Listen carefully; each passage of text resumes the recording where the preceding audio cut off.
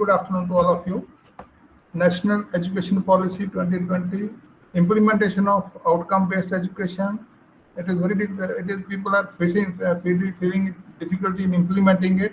Implementation of outcome-based education, national NBA accreditation, NAC accreditation, and of course institutional academic audit and institutional audit. So this is just to give you some self selling. That means I want to tell you what I am doing now. I am a freelancer and doing activities in NEP 2020, outcome-based education, NBA accreditation, and NAC accreditation. Of course, then as a part of that, continuous evaluation of your programs and through academic audit. Of course, I can help you in IQAC also. Now let's see what is, as Dr. Meenakshi has told, she has already introduced you to National Education Policy 2020. We call it as NEP 2020. So NEP 2020 was approved in July 2020. So that is why it is called NEP 2020. One thing I want to request you is that you can stop me anywhere. We will discuss whatever you want in detail. I don't want to go by this presentation also. I want to answer your queries, whatever is there. So this NEP 2020 came in July 2020. Now before that, we got the education policy in 1986. That was called National Policy on Education 1986. So after 34 years, we have got a new education policy or National Education Policy 2020. This policy covers all levels of education, starting from early childhood education to higher education, including adult and vocational sectors. So it is in totality, it covers all the sectors of education. As I said, approved by the Union Cabinet on 29 July 2020. The policy outlines the vision of India's new education system. The idea is to bring the education level of our institutions, the students passing out from institutions in India, at par with the international level, maybe better than the international level. So it may be a big thing to say that better than the international level, but we have to try for it. We have to dream for it, that we want to be better than international level, as we are trying to do it in other sectors also. And it has given us a 20-year span, that in implementation, total implementation, the policy will take 20 years. That means by 2030, 2040, we'll be able to implement the provisions of New Education Policy 2020. So National Education Policy 2020 is highly comprehensive and detailed policy document, which clearly lays the roadmap and defines education for everyone from all perspectives and each sectors, including child education, school education, secondary education, higher education, and adult education. If you see the NEP 2020 document, it is 64 pages document. It is futuristic. It looks ahead, transformative, because education, the purpose of education itself is to transform the thinking of the students, and nationalist. It develops a deep sense of respect toward the fundamental rights, duties, and constitutional values, bonding with one's country, and conscious awareness of one's roles and responsibilities in the changing requirements of the world. It aims to instill skills, values, and dispositions that support responsible commitment to human rights, sustainable development and living, and global well-being, thereby reflecting a truly global citizen. That the idea is to produce truly global citizens who can compete at international levels as well as national levels, and they can contribute to the sustainable development, global well-being, and human rights. The idea of engineering education itself is to improve the living standards of the human beings. So that is what it also aims. Now, if you start from in the present system, what we had, our schooling started from 6th year when the child is at 6 years age. So 6 to 16 years, he or she completes 10 years of 10th class.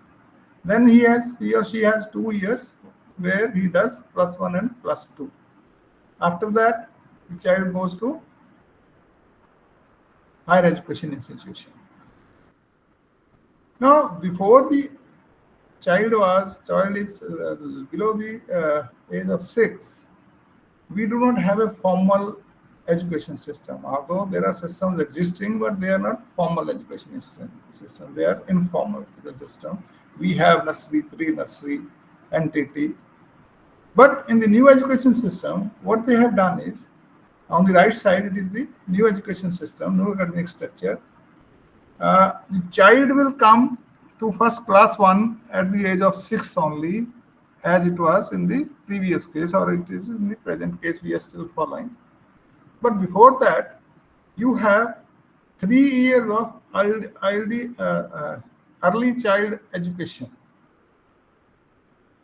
It's Anganwadis, pre-nurseries, nurseries, all that Valvatika. So 3 to 6 years.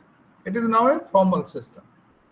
After that, 2 years of school system, class 1 and class 2, that is called foundational part. Then 3, 4, 5, class 3, 4, 5, 8 to 11 years, that is preparatory school. 6, 7, 8, it is middle school. And 9, 10, 11, 12, it is secondary school. Earlier it was 10 plus 2, now it is 8 plus 4, or it is 5 plus 3 plus 3 plus 4. Now this NEP 2020 envisions transforming higher education to contemporary and international standards, moving towards multidisciplinary universities. Now we have unitary type of colleges, universities like Punjab Technical University, only dealing with technical colleges. Delhi Technical University, all states have. Then there are medical colleges, there are science colleges, there are arts colleges. They say now we have to have multidisciplinary universities and colleges where the students will have the choice to take electives from other disciplines, making it a multidisciplinary education. The idea is maybe the child can take, let's say somebody is doing mechanical engineering. I'm from mechanical engineering, so I'm saying mechanical engineering. He or she can say that I want to take one subject as music because I am more interested in music. Maybe I can do well, I can make my career in that also. So that will be allowed. That can be allowed only if music is offered in that university. It is a practical based subject and you cannot say that it can be done online also. Similarly, somebody wants to do one subject from nursing. So if nursing is there, then only you will be able to do that. Somebody wants that I want to learn about the psychology of adult learning. So if that subject is not offered, because we have very limited courses, that too all are from engineering. So I cannot offer that subject to the student. So NEP 2020 says that moving towards multidisciplinary universities and colleges with more HIG across India that offer medium of instruction in local, regional or Indian languages. The idea is better understanding of the concepts. Now here, please don't take it as that government is saying that you don't read English, you don't teach English to your students. No. The idea probably is that understanding of concepts will be better when you are doing it in your mother tongue, in your local language. But then converting it into English will be a smaller problem if you are comfortable with, let's say, English or other languages. Moving towards a more multidisciplinary and undergraduate education, that means the students will be allowed more freedom to choose subjects. It is not that the students will have absolute choice to select the subjects. Students will be bound that they will have minimum 60%, 65% subjects from the program in which they want to degree to be awarded. Remaining will be, some of them will be electives from the core area, and some will be open electives, maybe institution-based electives or some other institution-based electives also. Let's say I want to do some subject from MBA. So if MBA is there in my campus, I can take some subjects from MBA.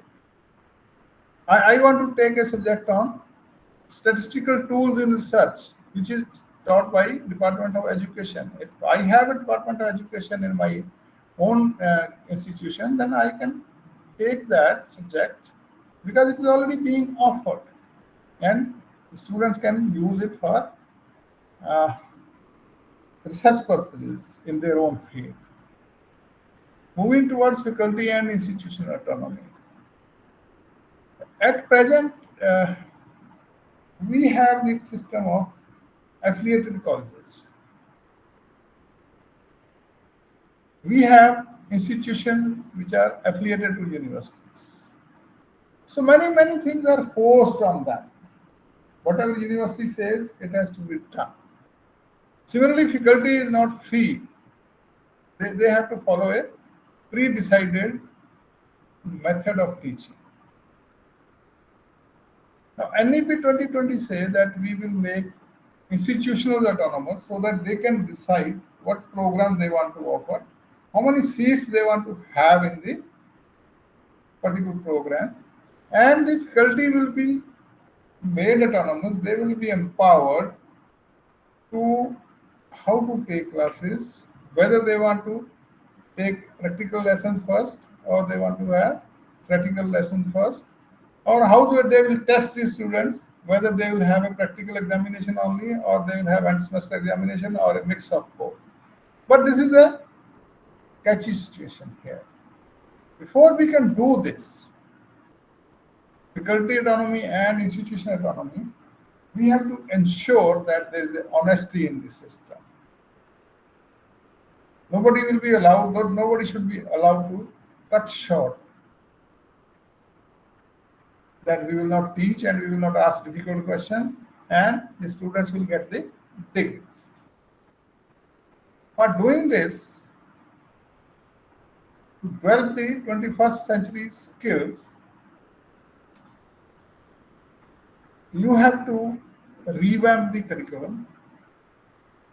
You have to change your teaching learning methods, pedagogical approaches. You have to change assessment methods. And you have to change student support to reaffirm the integrity of the faculty and institutional leadership positions. That means, as I said, when we say we will move towards faculty autonomy and institutional autonomy, it is attached with integrity of faculty and institutional leadership positions. Then it says, NEP 2020 says that there will be a National Research Foundation, which is already had been notified. At present, if you know that there are institutions which are basically category-wise, let's say DST is there for science and technology. Biotechnology institutions are funded by different institutions with different agency for research. DST, you know, is funding science and technology. Similarly, there are others. Social sciences are being funded by some other agency. But now, with the new notification of setting up of National Research Foundation, there is a single body which will look after funding of the institutions and universities. They will have different units within that NRF only. There will be 3-4 units like sciences, arts, engineering, like that, biosciences. But it will be headed by a single management body. And now, why do we want to change? Change is because Our education system, as I said, after 34 years, we have got a new education policy. It has not moved with the requirements of the teaching learning process or the requirements of the world of work, where the students have to go and work. At present, as we can see, a severely fragmented higher education system ecosystem. In ninth class itself, we say that this person will go do arts, this will do commerce, this group will do non-medical, and somebody else will do medical. So in ninth class itself, we start fragmenting. Let's emphasis on development of cognitive skills and learning outcome. We don't talk about it at present. A rigid separation of disciplines, as I said. Limited access, particularly to socio-economically disadvantaged area. There are economically backward areas where there is no education facilities. And most of the institutions teach in English, where the student don't understand what actually is the meaning. They don't understand the concepts. When they don't understand the concepts, they are not able to come out with the applications. Limited teacher and institutional autonomy, I have told you earlier. Inadequate mechanism for merit-based career management and progression of faculty and institutional leaders. It is more subjective than objective. So that is why the system suffers. Lesser emphasis on research at most universities. Universities are very few universities are doing meaningful research. Now, for a teacher, when he is guiding master's thesis, his research stops when the thesis is submitted. The research stops when the PhD thesis is submitted. No, research should be continued. We are not doing it. And we try to bypass the review process. We try to send the journals where there is no review, where papers can be easily accepted. Or the journal publishing companies, organization, they have become like shops. They want to make money. Even in good journals, they ask the list of reviewers from the authors itself. So what the authors do, they will give names of their friends on. So those who are known, maybe in India, within India or abroad. So the review is not honest, blind review. People know each other. And they say, I'll scratch your back and you scratch my back. That is all. Suboptimal governance and leadership of HEIs. What is that? The directors, chairpersons of the boards, they are not appointed on merit. They are appointed on how influential they are, how close they are to the ruling dispensation. Ineffective regulatory system. A system like AICT, like other organizations like PCI, Architecture Council of India, they have failed to monitor, regulate the system. Large affiliating universities resulting in low standards of undergraduate education.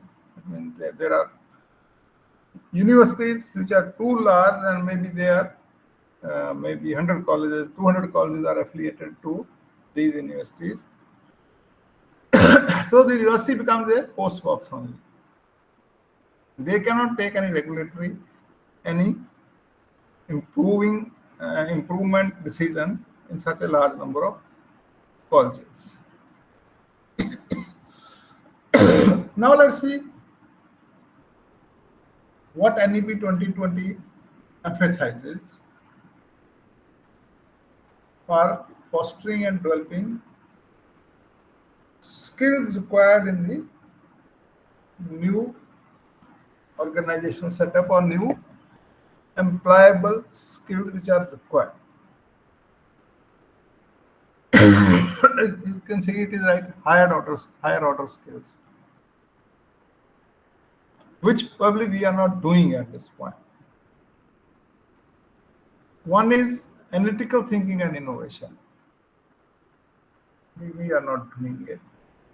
If you try to analyze your teaching as well as your uh, evaluation system, we are not doing what we should be doing.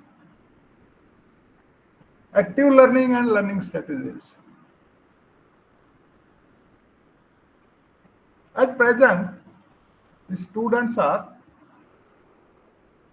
passive learners. These are teacher-led teach classes. Students are not asking questions. They are not allowed to ask questions. So there is no actual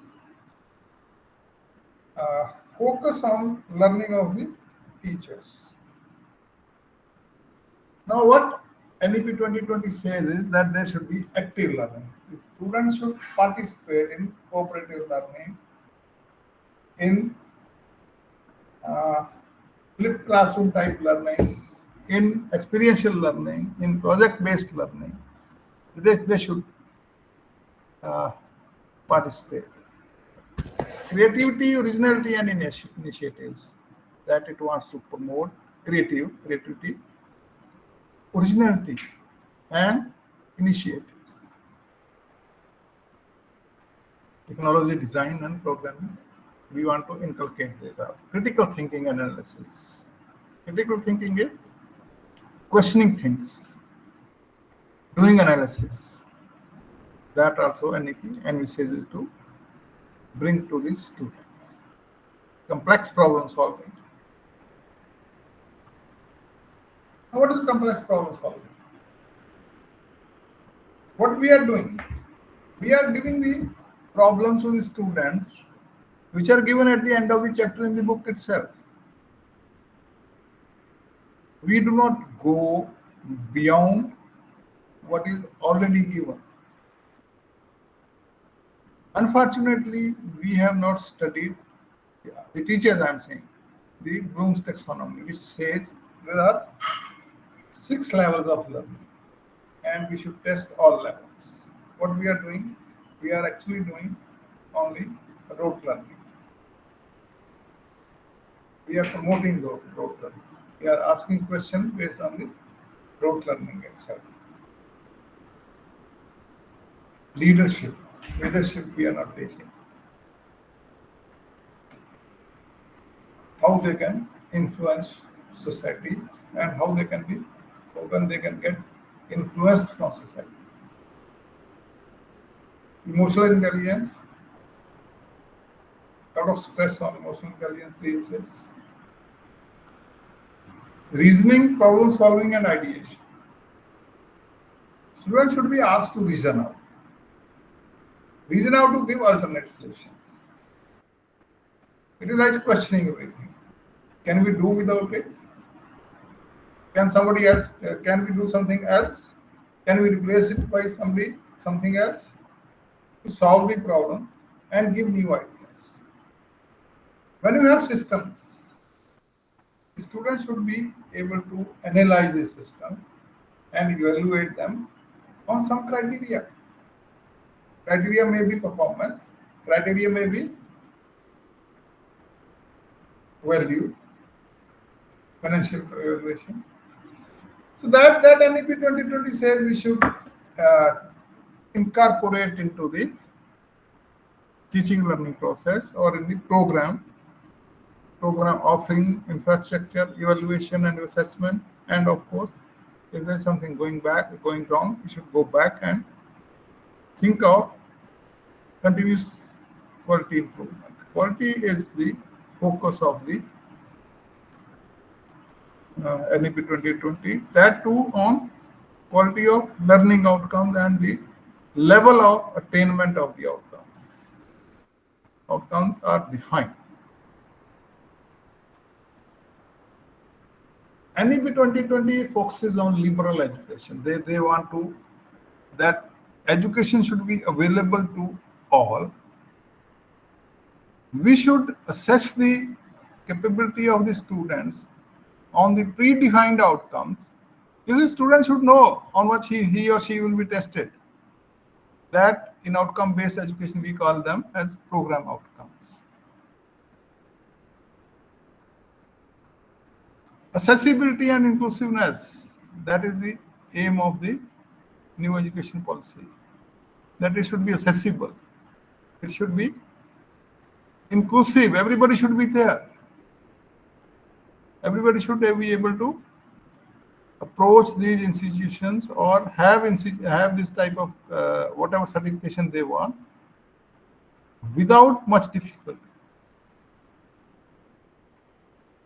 This policy, NEP 2020, envisages broad-based liberal undergraduate education with specialization chosen discipline and field. That means you can still choose discipline. Of course, if you have chosen discipline at some stage, it doesn't mean that other roads have closed. Other paths have closed. No. You can still change. If somebody has taken arts subjects in, let's say, +1, +2, then he or she thinks that I want to do engineering, I want to do medical. The pathway is open to them. It should be open to them. And they should be able to join the program, of course, after taking some more courses so that he or she is able to continue in the chosen field. Liberal education with broad multidisciplinary and flexible curricular structure and combination of disciplines of studies. It has multiple exit and multiple entry points. At defined points, it is not that within this semester you go and ask for something, give me a certificate that I have attended for 1 month. No. At predefined points, the students can enter and leave the program.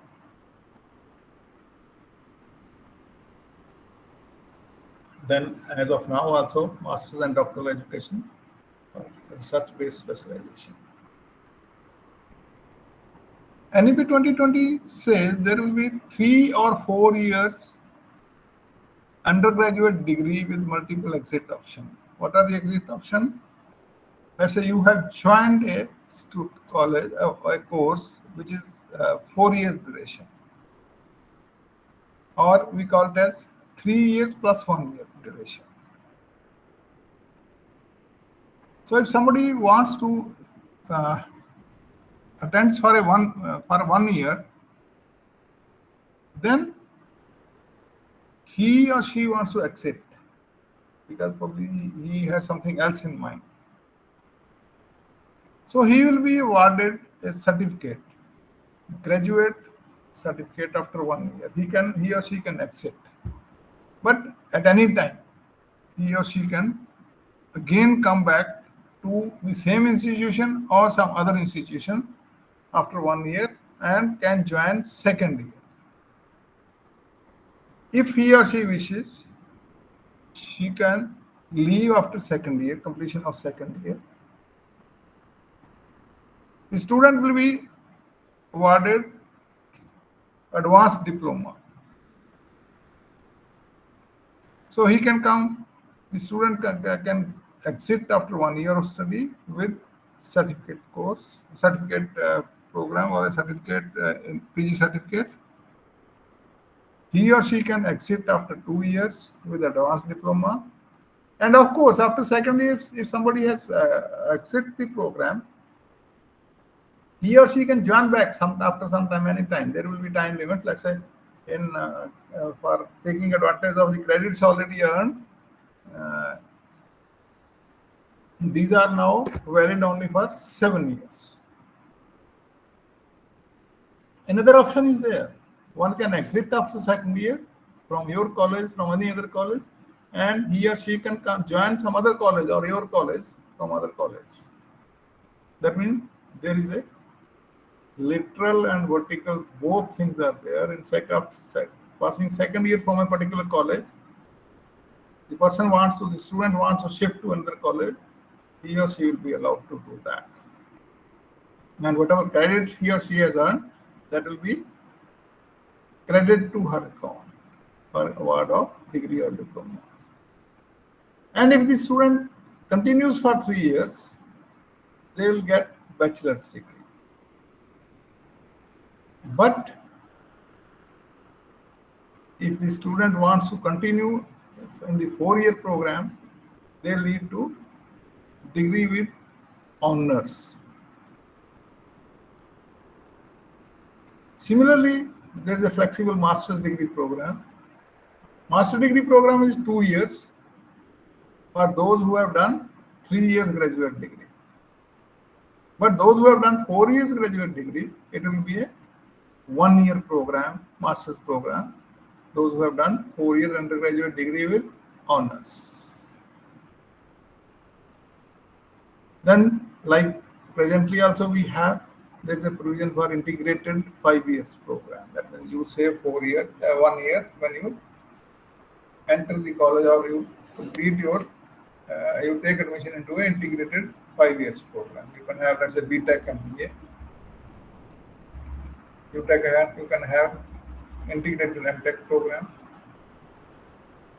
and any other combinations which will be there, which will be allowed by the university.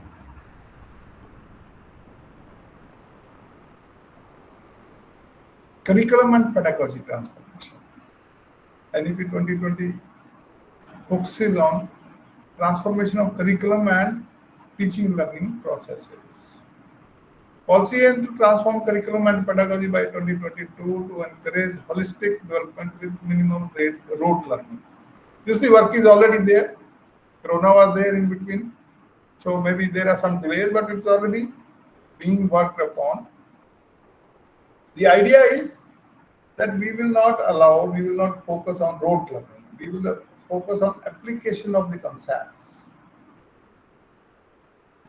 Curriculum to develop proficiency, scientific temper, sense of aesthetics, ethical reasoning, digital literacy, knowledge of India, and current affairs. UGC has already issued a national curriculum framework which says how many core courses you will have, how many core electives you will have, how many courses like English you have, how many vocational courses you will have. There is a complete guidelines which are issued by UGC. In addition, UGC has issued a national credit framework also. How to move from one course to another course, what are the levels which are equated with each other, what level of let's say vocational education is equated with the engineering program. All that is given in that. So there are two frameworks. One is National Credit Framework. Third is the National Curriculum Framework issued by UGC. High quality new textbooks to be developed in Indian language. It is already started. And it is what I think is it will be not pure English. It will be something like English, mix of English and local languages. Then it says integrated curriculum, equal emphasis on all subjects, no hierarchy of subject. It is not that. Now today only I was reading that you can take one course as NCC with credits. That means extracurricular activities, co-curricular activities will also have credits which students can earn in those areas. No hard separation of curricular, co-curricular, or extracurricular active areas. Integration of vocational and academic streams. Now, NEP 2020 NEP says that from 6th class onwards, the students should be exposed to vocational education, so that if they drop out somewhere, they will have some capabilities, some skills which they can demonstrate and get their livelihood. They can earn some money. Then NEP 2020 says that technology will be integrated in all levels of education. All levels of education means it is one is in the administration of the education system. Second is in teaching learning process also. Technology in education to be used to improve teaching, learning, and evaluation using technology. Sport teacher preparation and continuous teacher professional development. That means technology will be available. You have to only incorporate your subject into that so that you become a better teacher, it becomes a better teaching learning environment in the class. New National Educational Technology Forum, it is already established. It is an autonomous body platform for free exchange of ideas on the use of technology to improve teaching, assessment, planning, and learning admission. That means that you can get ideas from this. I have not gone through this NEP yet, but probably there will be some new things which we can tell you about the teaching, learning, assessment, planning, and administration of the institution. Uh, it will have a storehouse of technologies where they can tell you how you can make use of technology in decision making, of or deployment of technology and use of technology. Then there will be a national repository of national data will maintain all records related to institutions, teachers and students in learning in digital form. What is planned is that there will be a academic bank of credits where it is already compulsory. All the students need to have an account which will be created by the university, and all the credits earned by each student will be available on the academic bank of account. It is like a bank account which will have all your details, how many credits you have earned, which subjects you have passed, how many credits are granted for that, so that they can be used when the students wants to move from, let's say, Chandigarh to Calcutta, credits are available to him. Within Chandigarh, he or she wants to change the institution, credits which have been earned by him or her, they are available to him and they will be counted towards grant of. Appropriate integration of technology into all levels of education will be done to improve classroom processes, support teacher professional development, enhance educational access for disadvantaged groups, and streamline educational planning, administration, and management. Already available platforms like SOAM will be strengthened and they will be integrated. There's a lot of work already going on, and a lot of good material is available which you can use. Even UGC says that probably 20% of the subjects can be used online. HEIs will play an active role in conducting research on disruptive technology and in creating instructional materials and courses, including online courses in cutting edge technology. That means our Indian institutions, they will create instructional material in all upcoming areas or all areas where help is needed by the teachers. Maybe there will be some ready-made material available. There will be some online courses also.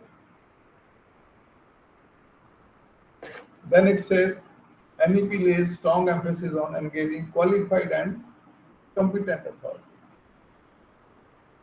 competent faculty. What it says that the faculty will be employed on merit,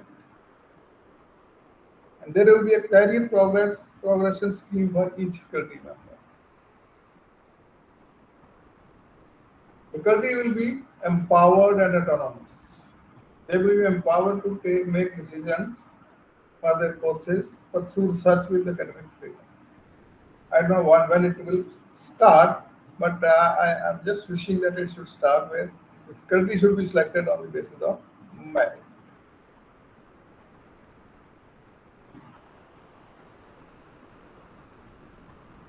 NEP 2020 says, let's read the first line. Open and distance learning will be expanded, thereby playing a significant role in increasing the gross and enrollment ratio to 50%. Now, what is this gross enrollment ratio, GER? And why we want to make it 50%? To understand the concept of gross enrollment ratio, let us say there are 100 students which are passing out of the school education system. How many join the higher education system after, let's say, plus 2? In India, as of now, it is around 25%. That means if 100 students pass out of the school system, only 25 are going into the higher education system. Where are the rest 75% students going? Nobody knows. There is no data. Whereas in India, the GER is 25-26%. In countries like USA, it is 85 plus, 85% plus. But in Indian state, Kerala, it is 94-95%, most educated state. But NEP says we want to bring the gross enrollment ratio to 50%. What happens if it becomes 50%? Around 3 to 3.4 crore students will come to the higher education institutions. 3 to 3.5 crore more students will come to the higher education institutions. If so many students come to the higher education system, we don't have resources. Neither we have buildings, neither we have labs, neither we have infrastructure, other infrastructure, nor we have teachers to take care of this. Then what we will do? Then we say open and distance education. These programs will help. So Mayer's open and distance learning will be expanded, thereby playing a significant role in increasing the gross enrollment ratio to 50%. So basically, open and distance learning programs will be strengthened so that they are at par with the regular programs, face-to-face programs. There is another thing. There are guidelines for allowing the universities and institutions to offer distance education programs. Everybody will not be allowed to offer distance. It is not allowed actually as of now also. You have to meet some conditions. You should be in, let's say, top NIRF ranked institutions, universities. Then only they will be allowed. So the quality of the open and distance education programs will be improved so that they are equal to at par with the program being offered through the face-to-face mode. What happens? The courses will be recognized as equivalent to the regular courses. But then quality has to first improve. Measures such as online courses and digital repositories, funding for research, improved student services, credit-based recognition of books, etc. will be taken to ensure it is at par with the highest quality in-class programs. Then, internationalization of education will be facilitated through both institutional collaboration and student and faculty exchange, and of course allowing top world ranked universities to open campuses in India. They can either open new campuses in India or they can collaborate with the existing campuses in the country.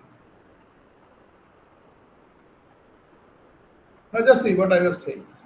Who will be allowed to offer open and distance education programs? Any Indian higher education institution which is accredited by National Assessment and Accreditation Council or any other agency authorized on its behalf with minimum score of 3.01, that is in grade A, they will be allowed to offer open and distance learning programs. Any institution or university in top 1000 of Times Higher Education ranking or QS World ranking at the time of application. You know there is a Times Higher Education ranking, there is a QS World University ranking, top 100 university category of national NIRF at the time of any foreign higher education institution in top 1000 of Times Higher Education or QS World. So it can be Indian institutions or it can be foreign institutions also. Qualification awarded through conventional mode or open and distance learning mode or online mode by higher education institutions recognized and titled by the Commission under these regulations shall be treated as equivalent. That means the online degrees, distance learning degrees, they will be treated as equivalent to the face-to-face degrees when they meet the open and distance learning program offering universities or institutions meet the requirements as set up by the UGC. Now, what about the specific focus on higher education institutions? Higher education institutions to focus on research and innovation by setting up startup incubation centers, technology development centers, centers in frontier areas of research, greater industry academic linkages, and interdisciplinary research including humanities and social sciences. This will be the focus of the research. 4 years degree programs will lead to degree with research if the student completes a rigorous research project in their major areas of study as specified by HI. Then there is a proposal to set up MIRUs, multidisciplinary education and research universities, which will be at par with something like IITs and IIM. That means high level research will be there. Of course, there will be teaching also. Important points are there for you to consider. Higher education institution to be governed by independent boards with complete academic and administrative autonomy. All institutions free to start and run programs. That means regulation, they say, will be light but tight. They say we will not ask everything, every day we will not ask, but we will continuously the monitoring bodies, regulatory bodies, they will continuously monitor some of the parameters tightly. Now this all institutions free to start and run program. NEP 2020 NEP says that you don't have to ask anything whether I can start a program in such and such discipline. No. You have to decide which program you want to run. You have to decide what will be the curriculum. You have to decide how many seats you want to take and what are the resources you want to develop for this. Now, then who will call them? Who will regulate them? There's something called program outcomes, requirements that what should these pass outs of that program, they should be able to demonstrate. These are called POs, program outcomes. That program outcomes will be decided by the government body at a higher level. It will be a part of Higher Education Council of India, HECI. That body is called General Education Council. They will decide the POs. The check here is, the monitoring here is whether your program is able to make the students demonstrate those outcomes or not. If your students are not able to demonstrate those outcomes, your programs are not recognized. Then it says affiliation to stop. The system of affiliated colleges will stop. What will then happen? There will be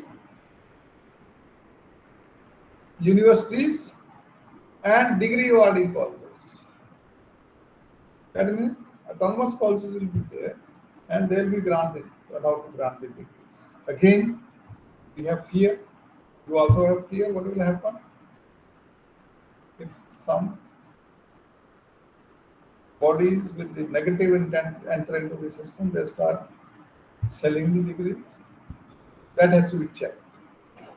Policy aims to build a holistic approach to the preparation of professionals by ensuring broad-based competencies and understanding of the social human context, a strong ethical compass, in addition to the highest quality professional capability.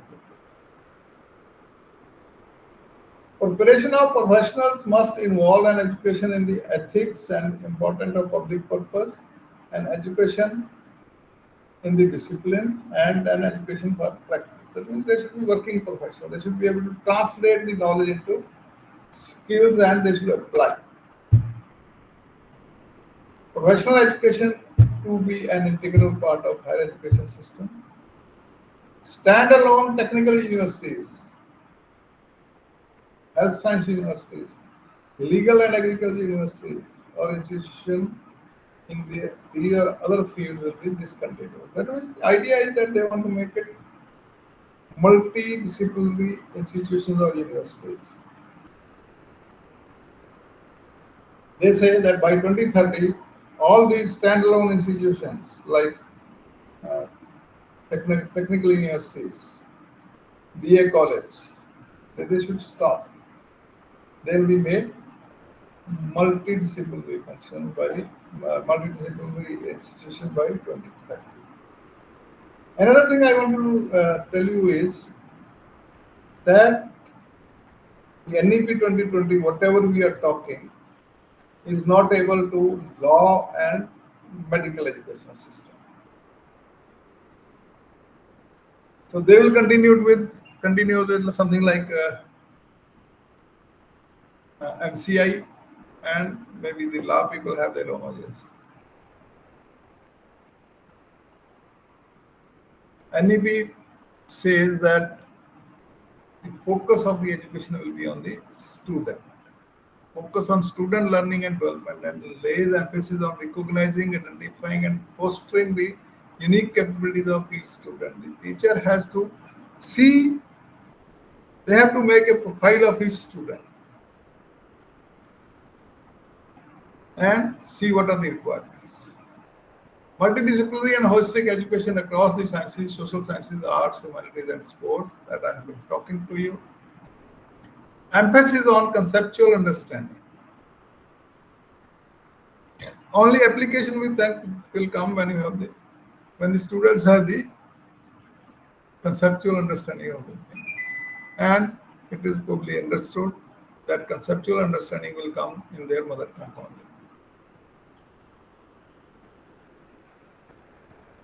Higher level thinking skills, creativity, critical thinking, ideation, ethics and human values, the intensive use of technology. So National Higher Education Qualification Framework to articulate learning outcomes via outcome-based education framework. Choice-based credit system, which will allow flexibility and innovation to the students. What the students will be doing on the choice-based,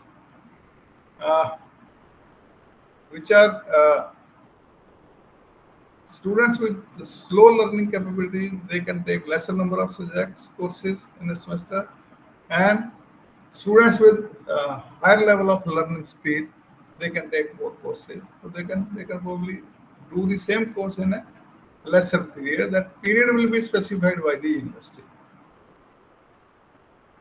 Academic, financial, and emotional support available to the students to help attain better course outcomes. That means there should be analysis, there should be a mentoring system, which should not be only in the papers. International Education Facilitator, Inter-University Center for International has been set up to be set up within selected Indian university. That means to share the experiences, to allow the students of one university to work in another university. There will be a inter-university center for international education. You know what outcome education is. Choice-based credit system is there, and value-based education inculcating human values. So a lot of stress on human values and Indian learning system, IKS, Indian knowledge system.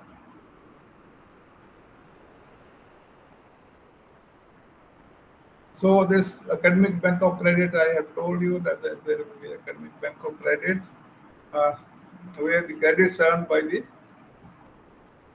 student will be uploaded, and these can be used by any other university also. But there are conditions for universities to be able to open the student's account and uh, enter the credits earned by the students. If you are not accredited, you will not be able to allow you will not be allowed to enter the data. NEP focuses on assessment also. It is basically, it has largely felt that we are failing in assessment and evaluation. We are not doing justice. There was a provision for setting up a national testing agency that also failed in doing justice to the system. But it says the assessment should be there, a study assessment system which should not fail, and which should do justice to the students' learning. It should test what is required to be tested.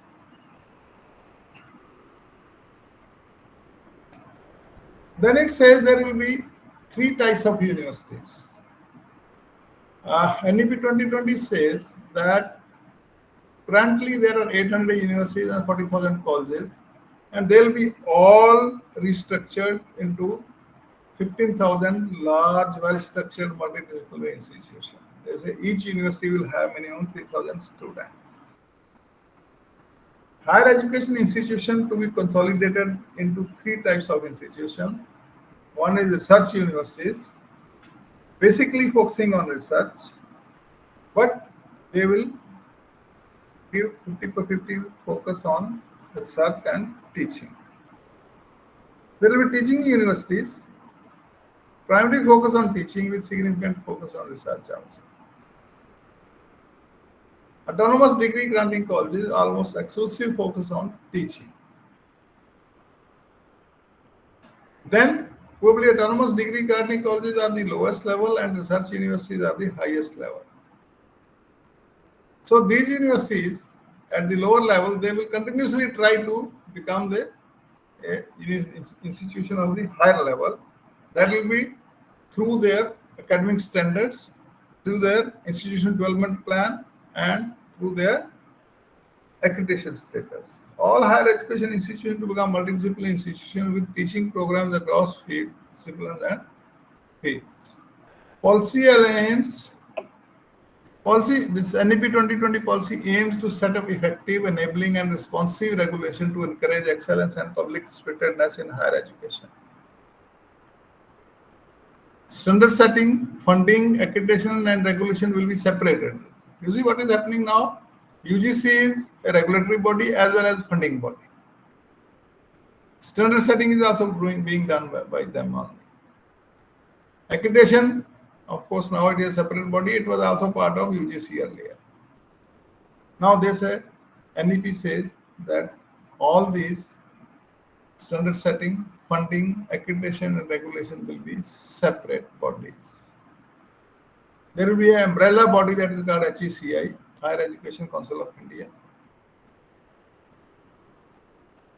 Accreditation is going to get major lift.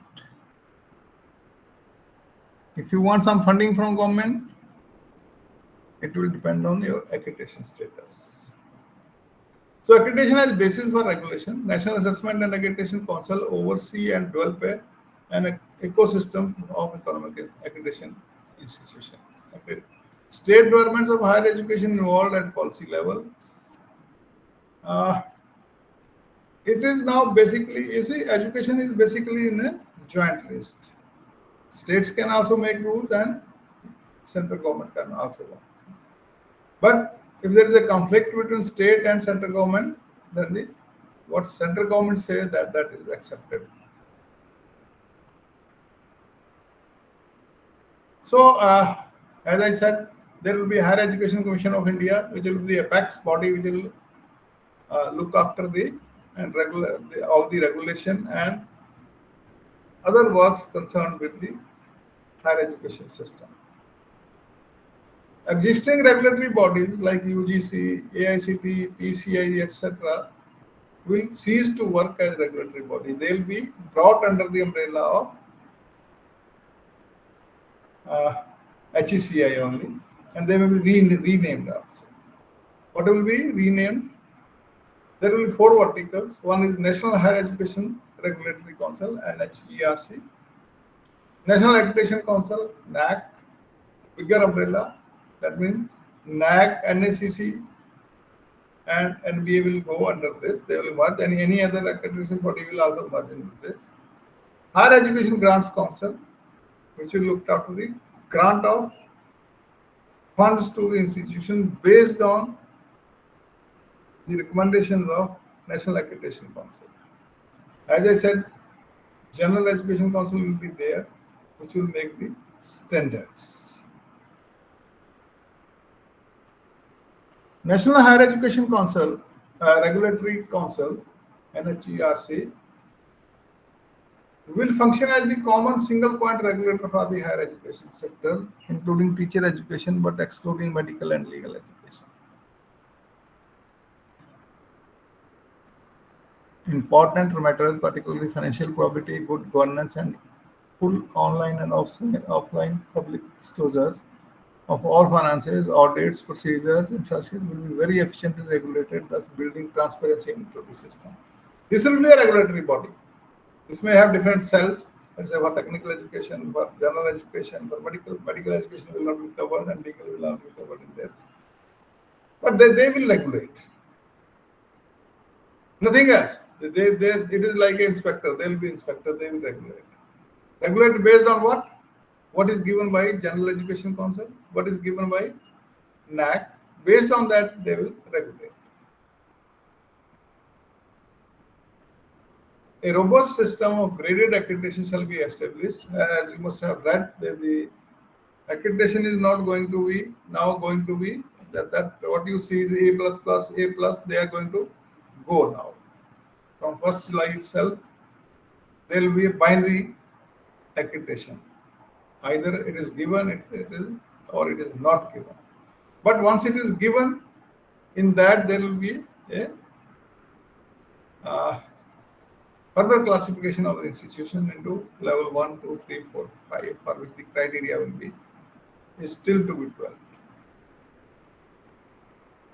HEIs will aim through their institution development plan. That means each institution will have to develop an IDP to attain the highest level of accreditation over the next 15 years, and thereby eventually aim to function as self-governing degree. That means they have still given some time to the institution to improve.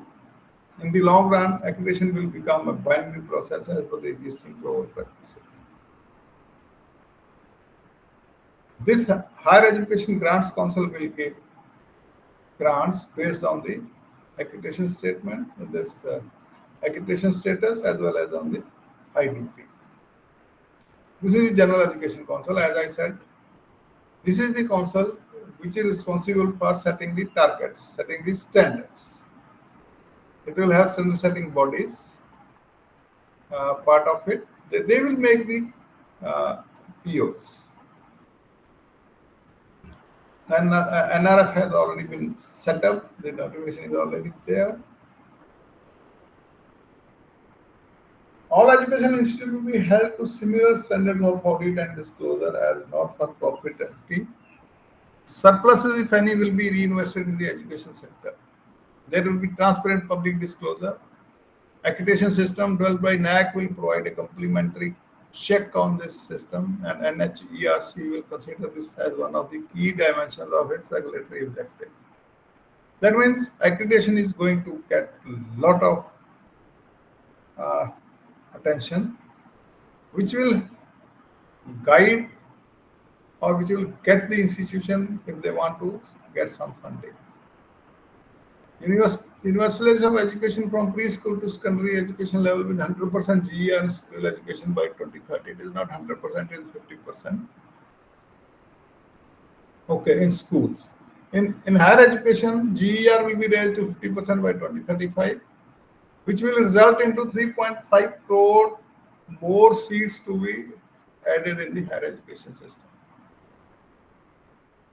NEP will 2020 will bring 2 crore out of school children back to the mainstream. That is the aim.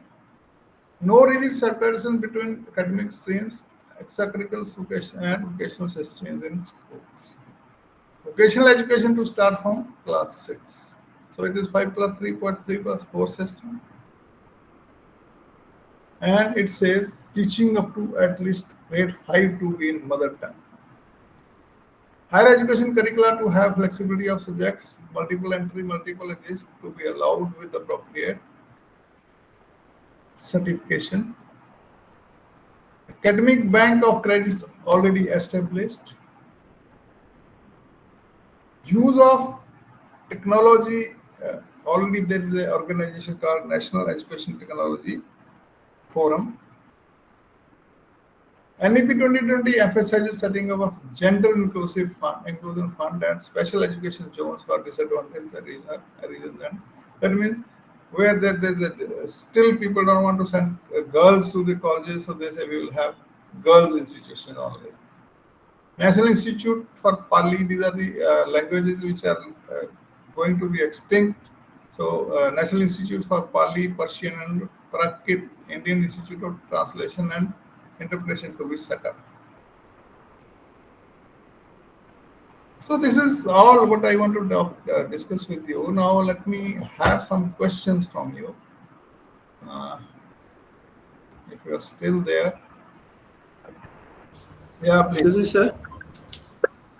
Sir, just like there are many things we are expected to implement, just like experiential learning, then activity-based learning, and these things are being said. But one thing for that, especially for activity-based learning, it seems to me we lack the facilities or infrastructure, just like previously, although our institute is government institute, initially in same branch there were 30 intake of 30, then it became 60, and now after EWS policy it became 75 students in single class, and in the same class we are expected to means implement these activity-based learning.